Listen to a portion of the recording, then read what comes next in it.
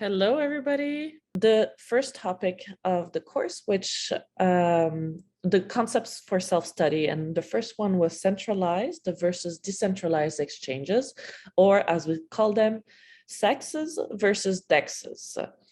And if you read into that, would you be able to give me an example of each category? Which one would be a centralized exchange? Which one would be a decentralized exchange? So if somebody... like a centralized exchange, good morning to you, good afternoon to the people that are with me in Europe.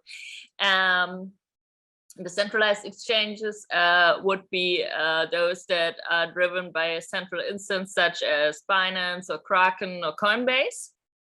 And just the usual concept we know from centralized finance of an exchange. While decentralized exchange could be something like Uniswap or like the copycat SushiSwap, and there everyone holds their own private keys, and therefore they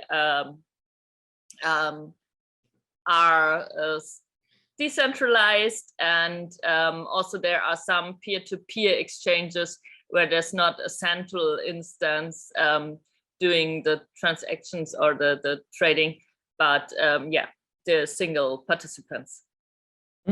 Exactly. Absolutely. Does somebody else wants to add another example or give more details between the difference of them?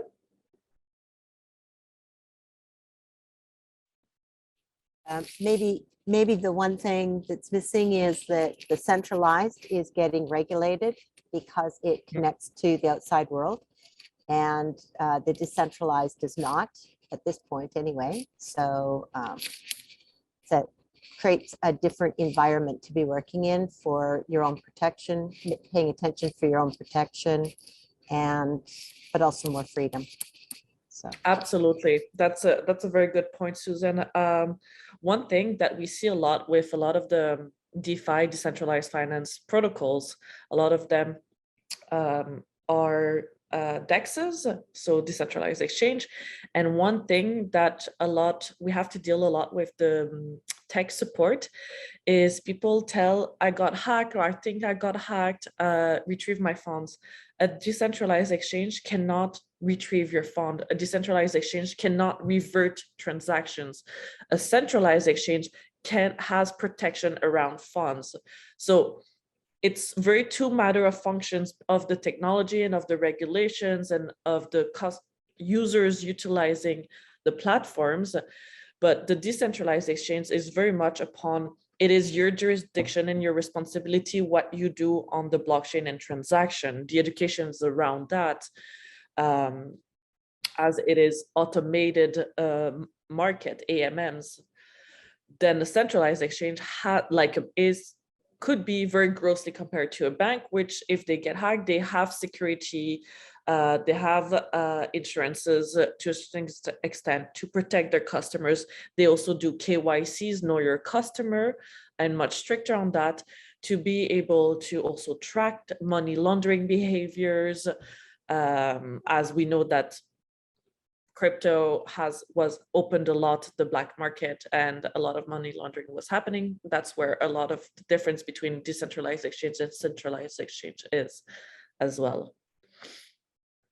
Both of them are just as good to utilize. I believe that both of them are simply a matter of what the user is comfortable doing. And a centralized exchange is a very good initial step to onboard yourself within the blockchain ecosystem, get comfortable with transaction sending, how it functions, how it looks like, because a lot of them also will have the interface similarly to decentralized exchange, which can look a little bit more as a trading platform, but decreases a bit the overwhelmness of my responsibility of transactions. If I do the wrong one, it is lost forever, which is the principle of blockchain. So it's a good step. Some people, blockchain anarchists will say centralized exchange, never look at them. It's centralized, it's not decentralized. Then that's a whole other polemic of centralization and decentralization. But I believe that they're a very good gateway to entering blockchain and making it user-friendly at first. anybody uses both centralized exchange and decentralized exchange, and if so, which ones?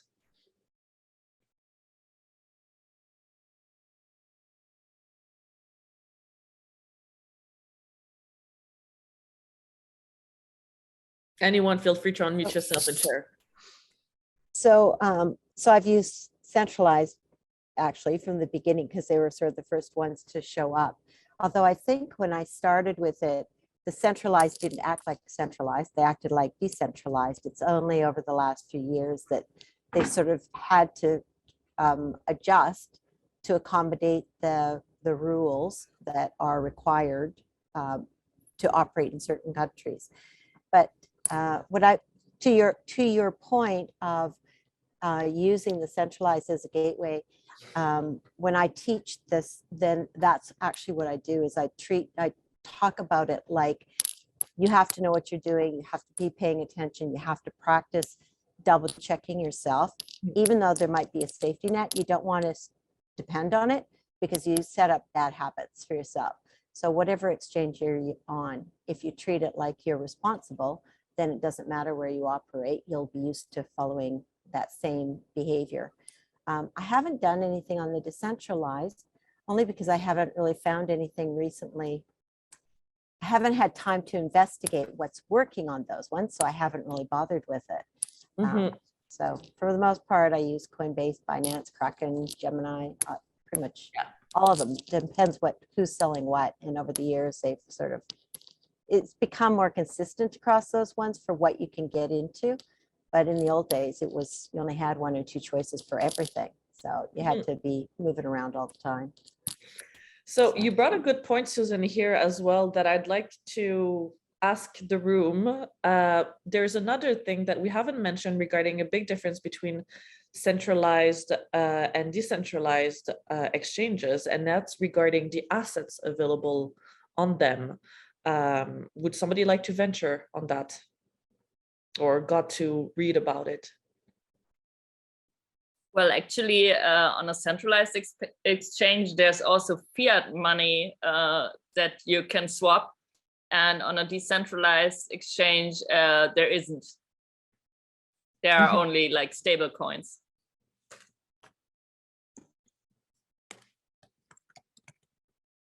Yes. There's also another aspect of decentralized and centralized exchange around the assets that are available is on a centralized exchange, the assets have been whitelisted, all of them, and are selected, and they have to go through extremely strict whitelisting to be listed on the centralized exchange. That's why it takes much longer for certain assets after their creation, incubation, deployment on the network to then get approved into a centralized exchange.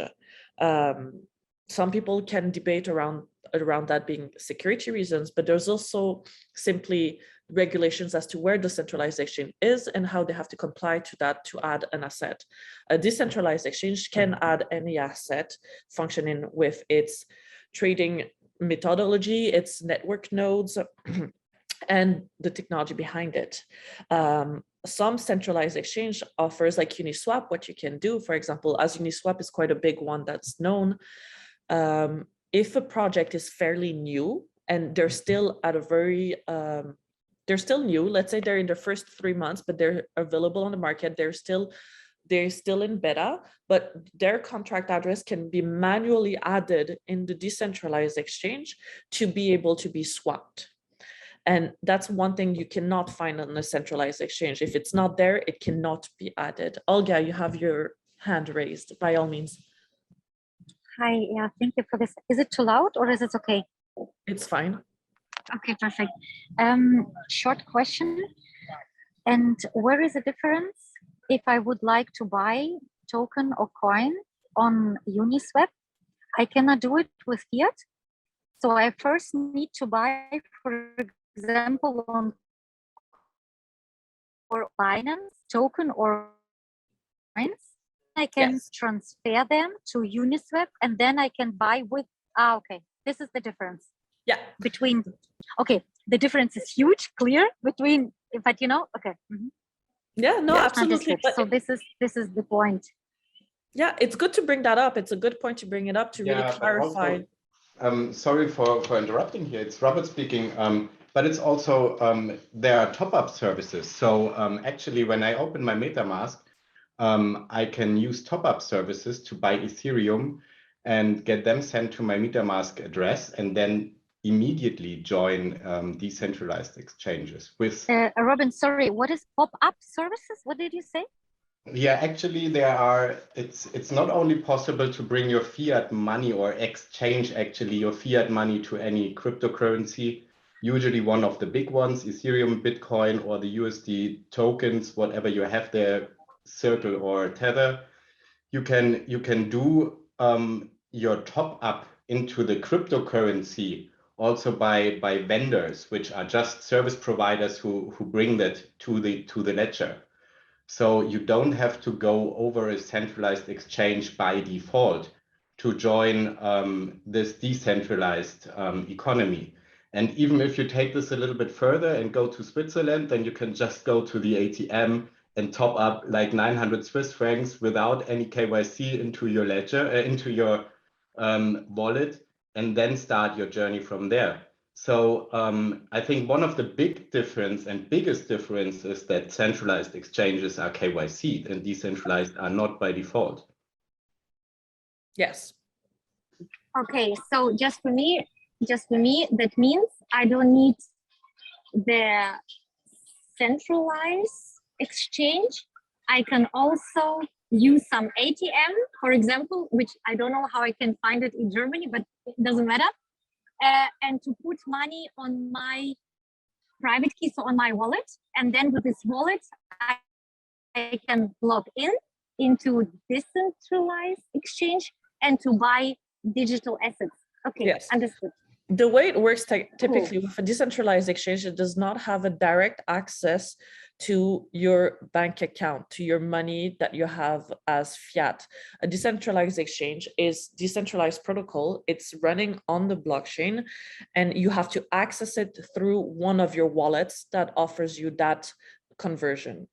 You have wallets that offer you, you can buy a fiat from it and then convert it into any other blockchain token, so any asset. And then you send it to your decentralized exchange, typically connected to your MetaMask web browser or other form of wallet that interact directly on the portal of Web3. So wallets utilize that. That is the idea. So typically you have to do 2 jumps to be able to do the transactions. And decentralized exchange is only swapping between assets. It is not fiat to asset. Centralized exchange offers the fiat to asset, fiat to token. So to dive a little bit deeper on this, I'm gonna break everybody. Really cool, thank you, really cool, really helpful. Think about NFTs as well regarding this, as there's a token and it's starting to bring up also the functions of centralized and decentralized activities. Yes, to respond to you, Robert, yes, I am literally connected on every potential platform that crypto communities are active on. My phone, I had to deactivate notifications because, or else it is insane. Again, yeah. Yeah. But yeah, it's horrible. I have completely the same problem because when I research for a project, then I usually follow the Twitter path that leads me to Telegram. Then you come to an insane community which is raving the same questions about the price and where's the roadmap and so on 100 times a day.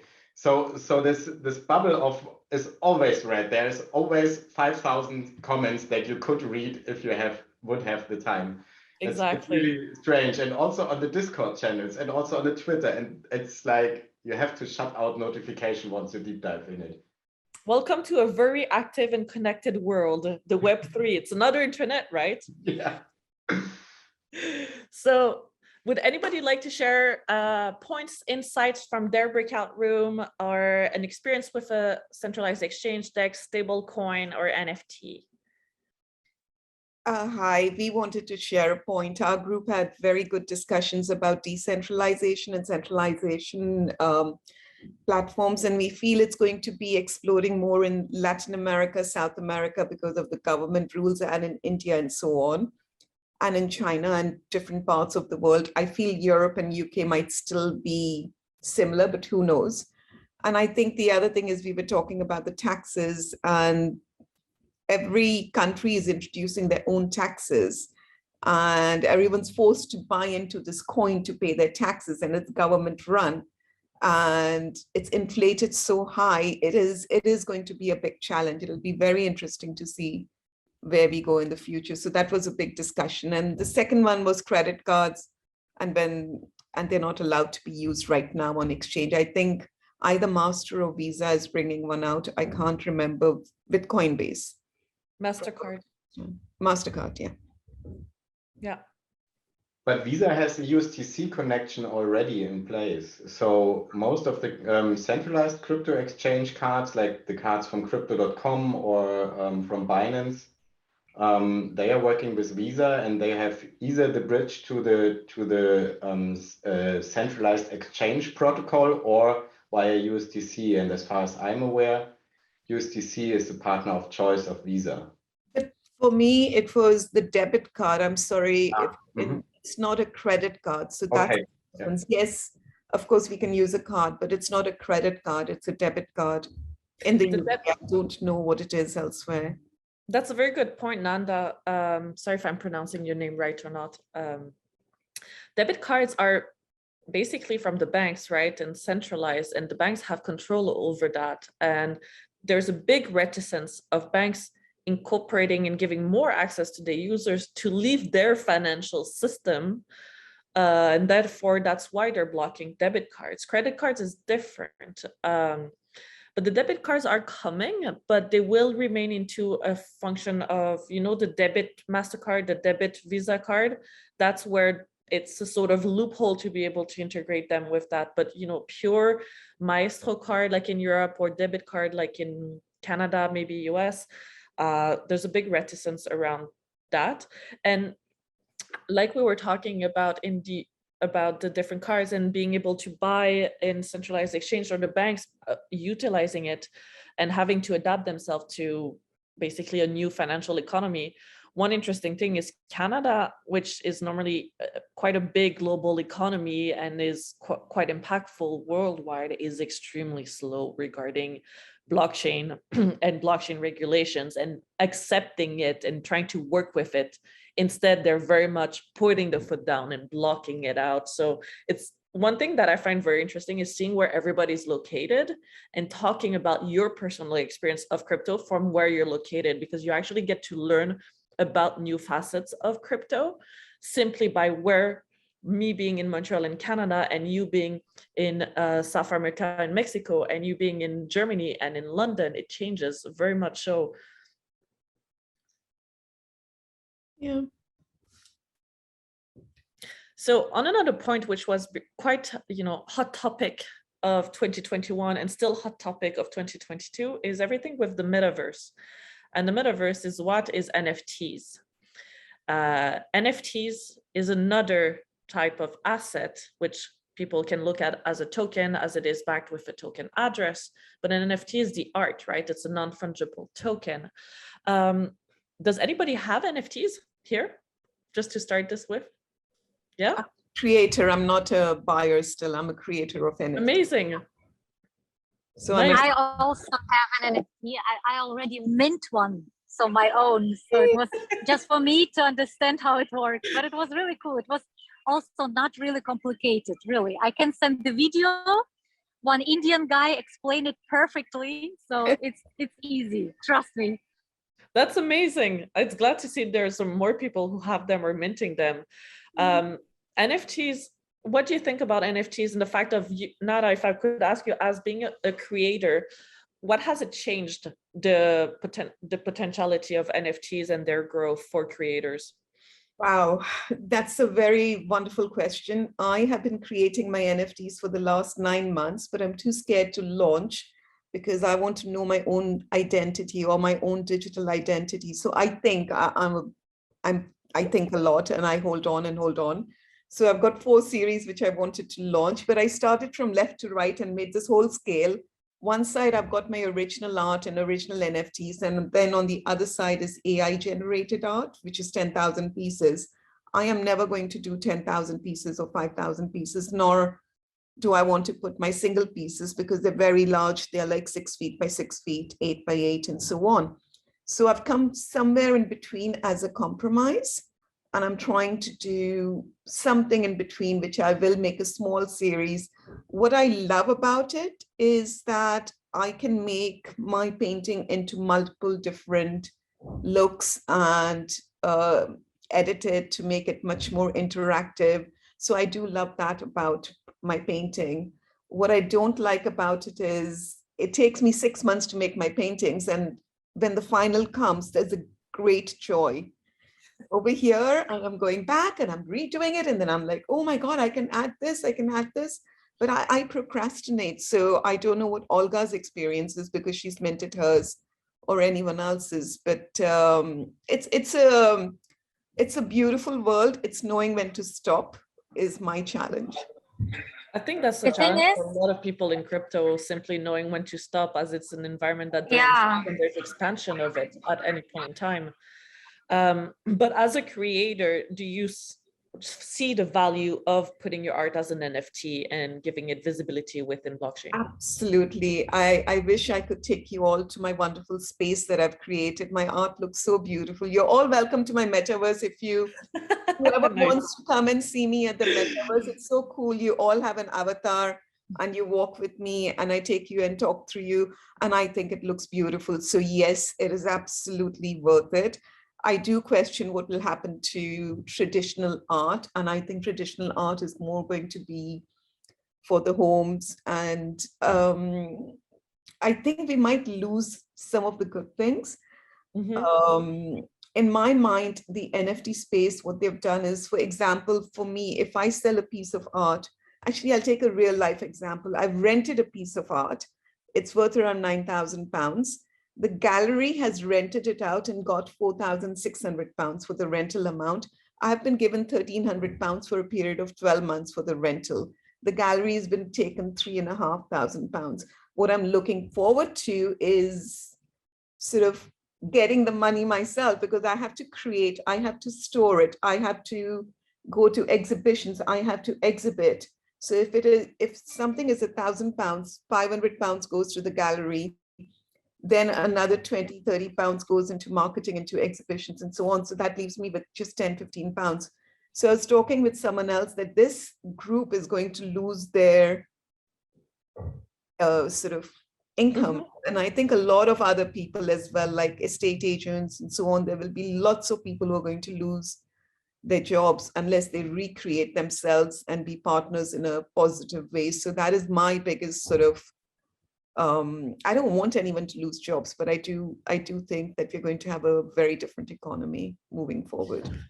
You're bringing a big point of the technology of NFT and its usability. And it's exactly that. It's the matter of royalties. Is that everybody else, besides perhaps Nanda and others that are in music, know the whole concept of royalties and what NFTs are bringing to creators? Yeah. I do understand it and I do know how it works, but the only thing that I've been doing in my research, I don't know how many of you've got clients, or how many of you've been following collectors. There's one collector who's collected like 250 NFTs. He's got a nice house, but he can't enjoy his NFTs. So he wants to get the real life experience. So if he walks from one room, he wants to see that piece on that. And he can't have 20 screens around the house and 50 screens around the house. That would be crazy. So anyone who's got a great idea on this would be super successful as to how we can go and enjoy. That would be a new area, whoever is creating, to come up with a solution. So that is the one thing as a challenge when you're a big collector, that no one has been able to sort out the answers, and they don't want 4 to 5 screens. They, for instance, want to place the sculpture, so when they walk up, they can see the sculpture. They don't. It's very complicated. I don't have the answers. I really don't.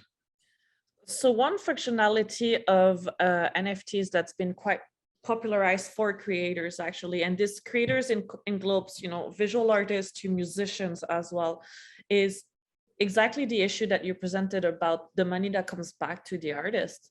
and creators is to be able that a creator puts their NFT on the blockchain. Of course, there's a cost for the transactions of the blockchain on which you put it on, but still it's a minimal cost versus what you can sell it for. And then as an artist, you have the option of creating either one example of your art that can be sold for on that marketplace of NFTs. So in that gallery or shop, you could say online as OpenSea or Paras, all the different ones, or you can make it be in multiple copies. So 10 copies of that one art, 15 copies of that one art. But not only that, that is the interesting factor, is that you can put the percentage of royalties for when the next person has it comes to you if they sell it. So you get the first part is you get the price that you put it for. Exactly. And it all comes to you with minus the low cost of transaction of, let's say, retrieving your funds out of the blockchain. And as well, you get a second layer of putting the percentage of royalties when that buyer sells it again, and it comes back to the initial creator. So people put it at 1%, they can put it at 20%, it all varies. And that's where it gives a lot more ownership and control to creators of what they're doing with their art to gain also a greater access and visibility to their art. And that's why it has been booming a lot during actually the pandemic, because creators could not actually show their art in the market. Nanda, please, by all means. Thank you. There is one more issue and challenge that is coming up when it comes to royalties and so on. I want, actually, no, not an issue. I wanted your opinion, please. If you price your NFT at, say, £100, for instance, that would be very low. And if I priced it at £1,200, that would be about right for the work I create, for the time I take and the number of hours and so on. But the second I go on the higher price, do you have any idea or any suggestions on how one should price, to me as an artist and to other artists? Sure. I mean, this is my personal point of view. Somebody else that works in the NFT world may have a very different approach to it. But what I've seen with people transacting, first of all, it's important to look on which network you're going to put your NFT. So are you putting it on Ethereum? Are you putting it on Polygon? Are you putting it on Solana? That will impact how to the price that you're going to put your art for sale on that platform, because of the transaction cost and also the visibility. So is that a network and a platform that has a lot of competition and you might get swarmed under? So you need to push your marketing, for example, in visibility, and also simply the transactions cost. Ethereum costs a lot at the moment. Even if the market is slower, it is still a lot. So you have to price that if you are at least at a percentage of double or triple, I would say, of what it costed you to put it on the network.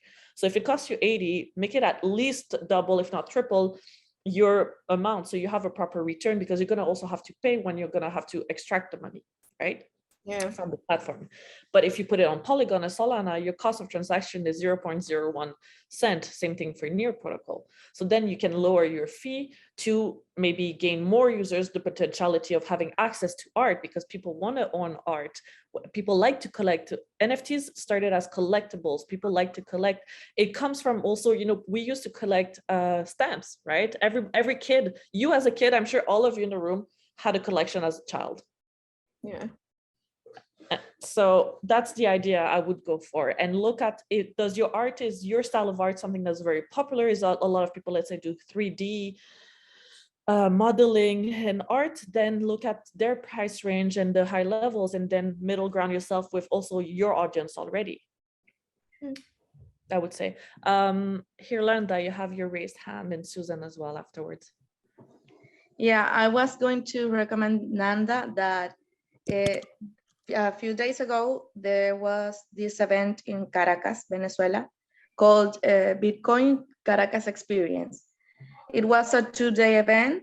And on the second day, the first speakers were artists, Venezuelan artists. One of them, Oscar Olivares, I don't know if you heard of him, but is one of the greatest. And he just sold a collection of NFTs, and he was giving his artist point of view and talking about pricing and all those things. And maybe I think that can complement what Fauve just said about she gave you tips on the technical part, maybe the platform and everything. And he was giving tips, but in the artistic point of view. So I can recommend you to look in YouTube. The channel is called Satoshi in Venezuela. The second day of the experience, the starter speakers are is him and another artist. So I can recommend you to take a look at that. It was, I don't know anything about NFT and art, and it was really helpful for me. So I can give you that recommendation. Thank you. Jeremy, Zach has kindly put up the link already. Thank you, Zach. Much appreciated. Thank you. I would love to go and find out more. Thank you so much. Susan, by all means, and I think we'll take one or two more remarks and then we'll close it out. Okay, I was just going to say, Nanda, that that this doing NFTs doesn't replace the need to do the marketing, and so the pricing can, if you've already got a following of people that like your art and do your art, then what you are charging for your art in the real world can translate over into this space. And if you work with the people that already know you, then that's going to bring it out and get it out there. But it's, your marketing is your marketing. So you're going to, I really have to. Your pricing is going to be based on, your price is going to be based on that, right? On what the market's willing to pay based on what they know of you and whether they're following your art. It's that part of the art business doesn't go away. You still have to market it. So yeah. Can I just add one thing to that, please? I need to come back to Susan. It's important. Susan, you know, I was advised by one of the speakers from here. I had a one-to-one Zoom with them. And she said to me, she's from Canada, actually, Kay Ginsburg. She advised me and she goes, go to your existing clients who've already bought your paintings and convert the actual painting into NFT and say you can have this much if I put it on the market and I'll take in this much. They were so possessive. My clients were so possessive and they said no. And then they said, plus the painting is my painting because when you sold and did the transaction, it was in India. So the Indian jurisdiction applies. Whereas in the UK, if anyone sells my painting again, up to 75, up till the time I'm alive, I get 25%. And after I die, 80 years, I get another 25%. So UK and US and Europe are quite different. But when we go to Asia and so on, it is, I think this is fascinating. And I'm hoping that this will, clear the whole sort of blockchain. I like it because when I'm creating something, if I give someone the chance to remint it or resell it, it is, it is good. So I like the openness and I like the fact that it's clear. My existing art, I've got 15 pieces. I think I'm just going to hold on and make it look pretty in the house. And that's it. well, it's not about going back to art you've already sold, but for future art, people that like your art will be repeat buyers because they're collecting you. And that's when you can introduce them into it, not for things they already have, but for the next thing that you're doing. And that draws them in, but it also, then they can start sharing it. Because if people are coming in and saying, oh, I love that piece of art, who did that? Then they can be going, well, it was Nanda and she does it this way now. And you just expand from where you are. Well, thank you, Nanda and Susan, for the exchange. Everyone. And I really want to thank everybody for participating today as well. And we're going to have another great conversation next week on different topics. And by all means, if you feel that we haven't covered, let's say, a topic of today or the past week that still, you're having issues with, you have questions about, feel free to bring the questions up at any point in time in our discussions, because this is how we're learning as well all together by each other's experiences. But on this note, I'm going to let you all go and wish you a beautiful rest of day. Thank you. Thank you. Bye. Thanks, everybody. Thank you. Bye. Thank you. Thank you, Fauve. Thank you. Bye.